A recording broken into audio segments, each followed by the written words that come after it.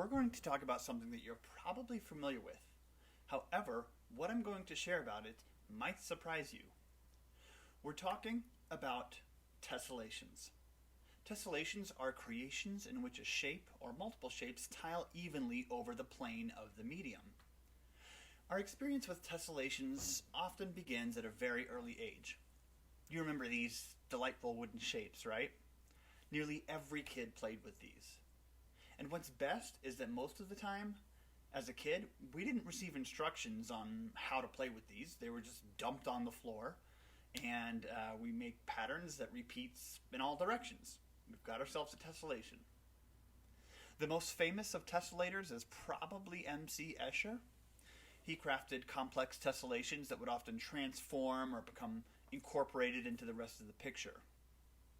Our tessellations won't necessarily be that complex, but you might have aspiring artists who might draw inspiration from Escher.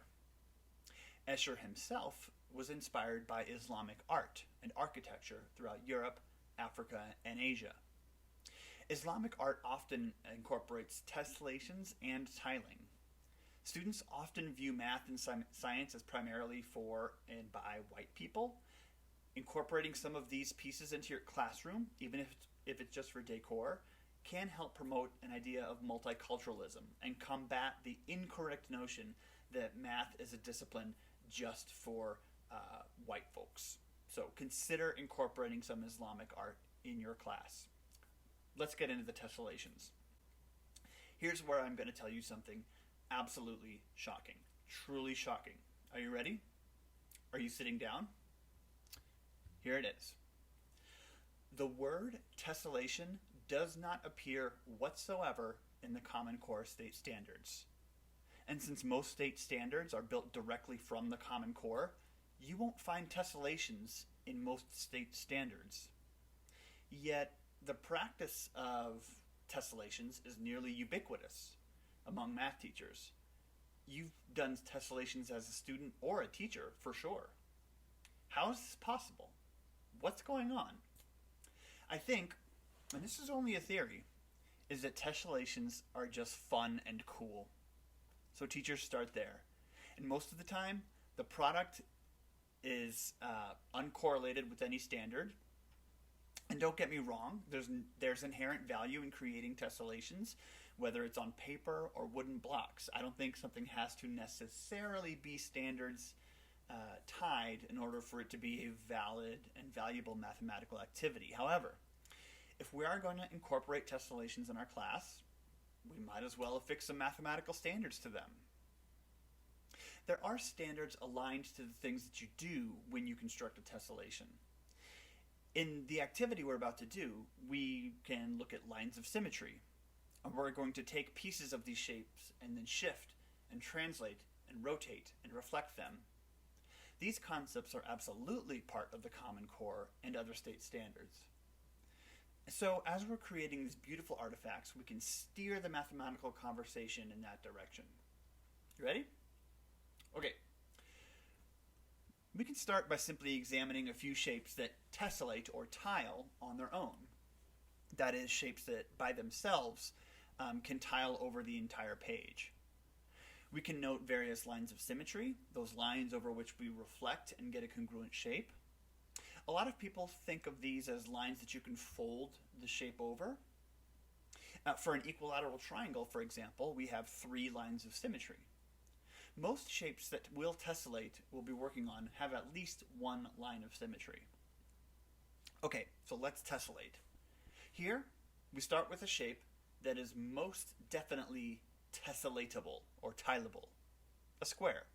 Square tiles, you've seen them. Maybe you've installed them. A square will tile all over the page. What's cool is that if we take a piece of the original shape and we translate it to the other side of the shape, we have another shape that also is able to tessellate. Here I've clipped off the tippy top of the square and moved it to the bottom, and voila! I have another shape that tessellates with no gaps. If I think about this in terms of translations, I can move the shape to the right 1 unit, and then another, and then another. I can also move the shape down 1 unit, and then another, and then another. This suggests that 1 unit equals 1 of the original shape. And so I could ask, how did we translate the shape on the bottom right compared to the original shape on the top left? And while I did this digitally, I really like to make this a hands-on paper, tape, and pencil activity. Here's an example of how you can do this with paper. Start with the shape that tessellates. Here it's a square, but you can use a rectangle, regular hexagon, whatever. I actually like to start students with index cards. Rectangular index cards tessellate just fine, and if students want to modify them into squares, they certainly may. From there, you just clip off a piece, move it to the other side, and you've got yourself a new shape that tessellates.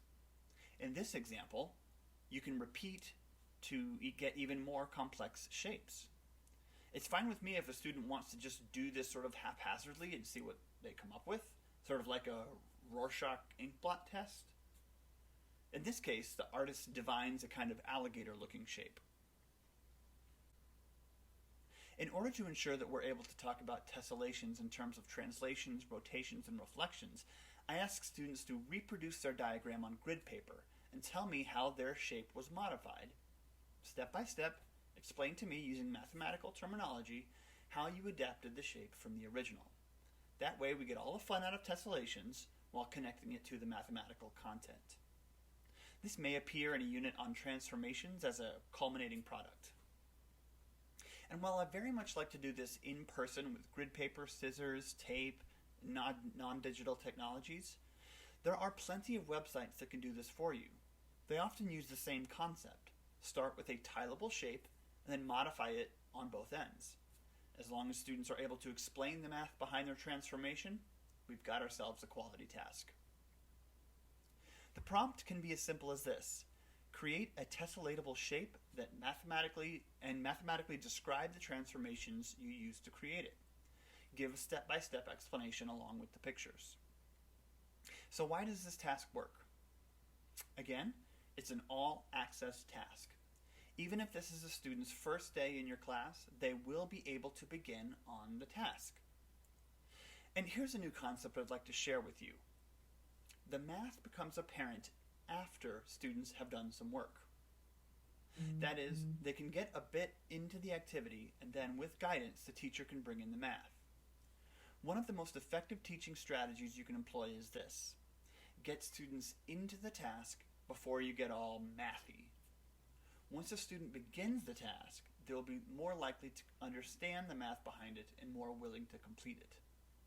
If you were to start a tessellation task with mathematical instructions like, now translate your piece 3 units to the right, you might lose some kids. However, if you let students play with their tile and then ask, what do you notice about the piece you shifted, students will have more buy-in. This practice is going to be particularly useful for the next highly algebraic task on parallel and perpendicular lines. Let's check it out.